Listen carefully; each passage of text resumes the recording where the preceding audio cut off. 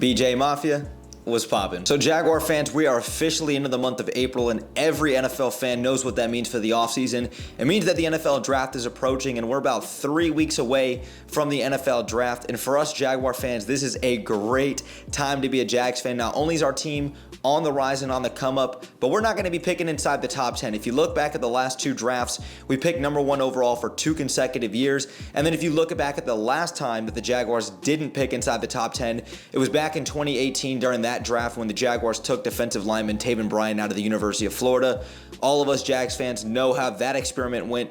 But with this video, we're going to be talking about why the Jaguars should draft safety out of the University of Alabama, Brian Branch, the highest graded safety prospect coming into this year's draft. I've done a lot of evaluation with him, and I think that he's a phenomenal prospect. I'm extremely high on this kid. I actually don't think that he's going to be there at 24, but I am praying that he will be there at 24 so that the Jaguars can go ahead and they can take him. But Jaguar fans, before we actually get into this video talking about Brian Branch, I want you guys to go in the comments right now and go and drop another draft prospect that you guys want me to talk about for the Jaguars to potentially take at pick 24. Whichever player gets the most likes, I will talk about in the next Jags draft prospect video. And also, make sure you guys go and drop me a thumbs up. It takes 1 second and it helps me in the channel out tremendously. And make sure that you guys also go follow me on my socials, especially on Twitter. But let's actually get into this video and let's actually talk about Brian Branch now. So talking about Brian Branch now, he just finished up his junior season at the University of Alabama. And Brian Branch comes in at 6 feet tall, 190 pounds. He ran a 4.58 40, which might make his draft stock drop a little bit lower, even though I believe his game tape speaks for itself and the game speed that he shows. Brian Branch also had a 34.5-inch vertical at the combine, and he also tested as the best secondary player in terms of overall production score at the combine. Talking a little bit about his production last year in the SEC, in 12 games in 2022,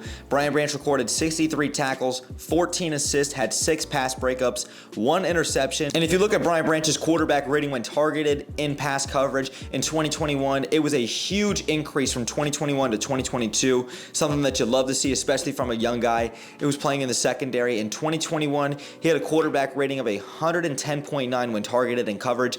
And then if you look back to 2022, it was a 75.5, so you love to see that level of improvement from Brian Branch. Now, for my personal evaluation of watching Alabama football games this past season, and then also seeing what Brian Branch did on tape, going back and actually watching the film, Brian Branch to me is a phenomenal prospect. Is he perfect? Absolutely not. None of these prospects coming out of college are.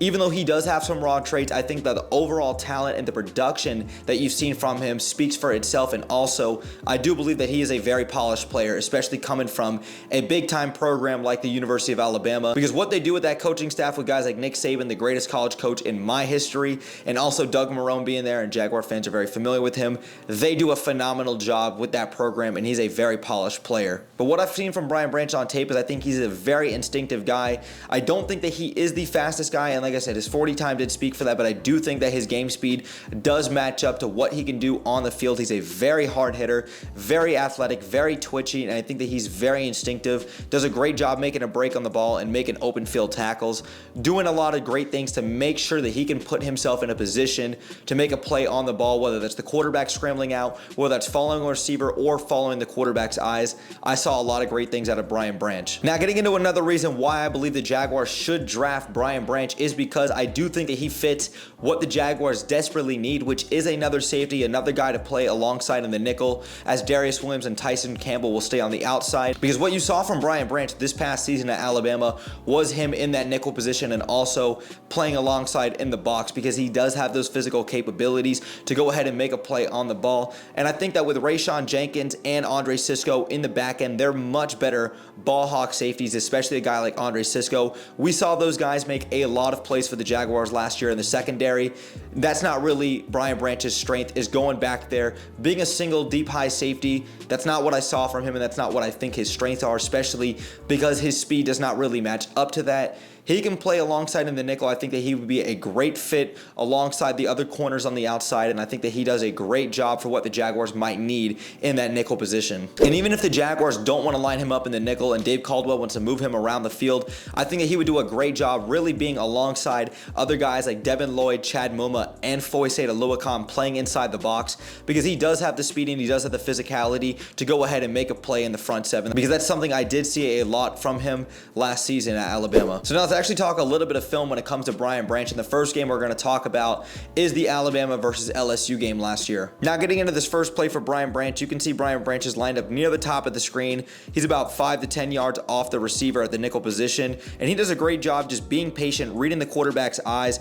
As soon as the quarterback lets the ball out of his hands, Brian Branch does a great job just being instinctive, making a break towards the ball, and making a great open field tackle. This is exactly what I'm talking about when I say he's got good game speed. Reads the eyes of the quarterback, is instinctive, and makes a great physical play on the ball. Now, getting into this next play for Brian Branch, you can see him lined up in the nickel right over the tight end, and he comes in and just absolutely bulldozes over the running back, disrupts the quarterback, and the quarterback makes a bad throw. Just what a phenomenal play by him, because this is where the athleticism comes in. Just absolutely runs over the running back and still continues to be physical and make a play on the ball. I absolutely love that, because I can see the Jaguars using him in a lot of nickel packages in order to blitz the quarterback. Now, getting into the Alabama and Texas game, this is another great play by Brian Branch. Does a great job reading the eyes of the quarterback, great play recognition. You see the halfback screen and you see it right there. Brian Branch does a great job breaking on the ball and making another good open field tackle. This is yet again why I'm talking about that open field space, that open field speed that he possesses, and just does a great job with his high level of IQ making a play on the ball. Now, we can't always talk good with these prospects. We got to talk about some bad, because like I said, not all of these prospects are perfect. And this is a prime example of why I prefer Brian Branch personally in zone coverage, reading the eyes of the quarterback and making a play on the ball. You can see him lined up here in the nickel. He's about 5 to 6 yards off the line of scrimmage. And Brian Branch is in man-to-man coverage across the board. There's a single high safety, but he gets absolutely burnt. Takes way too long to open up his hips and rotate, and he gets absolutely burnt. Thankfully, it wasn't a touchdown. Just a little bit of an overthrow by the quarterback, but the single high safety got beat, and Brian Branch got beat. Now, getting into the next game, we're going to talk about Alabama versus Texas A&M, and this is why I like Brian Branch in zone coverage, when he can actually utilize his feet, use his instincts, and make a play on the ball. Because Brian Branch does a great job here. You see the quarterback drop back, and Brian Branch gets in there and actually disrupts the pass, gets a nice pass deflection. Now, getting into another example of Brian Branch in man coverage, we got Brian Branch lined up here in the slot, and I'm being a little bit critical here, but I have to be critical with these prospects. If I'm going to give them praise, I've also got to be a little bit critical, because I could just give praise for this receiver making a great play on the ball, high pointing it, getting it at the point of attack, and really beating Brian Branch one-on-one in coverage. But Brian Branch has got to do a better job here playing on the ball and using his athleticism to his advantage here, if you ask me. Now, getting into this next play versus A&M, this is probably one of the most favorite plays I had seen by Brian Branch during my entire evaluation of his film. Does a great job staying poised, not getting out of his lane, but still finding a way to come back and make a play on the ball. Quarterback drops back on the play action, and Brian Branch does a great job, like I said, reading the eyes of the quarterback, following along with him, and still finding a way at the out-of-bounds marker to go ahead and make a play on the ball. But Jaguar fans, like I said, I personally don't think that Brian Branch is going to fall to pick number 24. I think he's going to go somewhere between that 15 to 20 range, because I do think that he is the best safety in this year's draft. Jaguar fans, let me know, do you guys think that the Jaguars should take Brian Branch? I know he's a very popular prospect and a guy who I'm extremely high on. And also, like I said, if you guys haven't already, make sure you guys go and let me know what other draft prospects you guys want me to talk about for the next video. But like I said, if y'all enjoyed today's video, make sure that you guys go and drop me a thumbs up. It takes 1 second and it helps me on the channel out tremendously. And if you guys are new here, consider hitting that subscribe bell to stay tuned for more Jaguars content that I do here on YouTube. But thanks again for sticking around throughout the whole video. Brett James, aka BJ, I'm out, y'all. Go Jags, baby. Peace.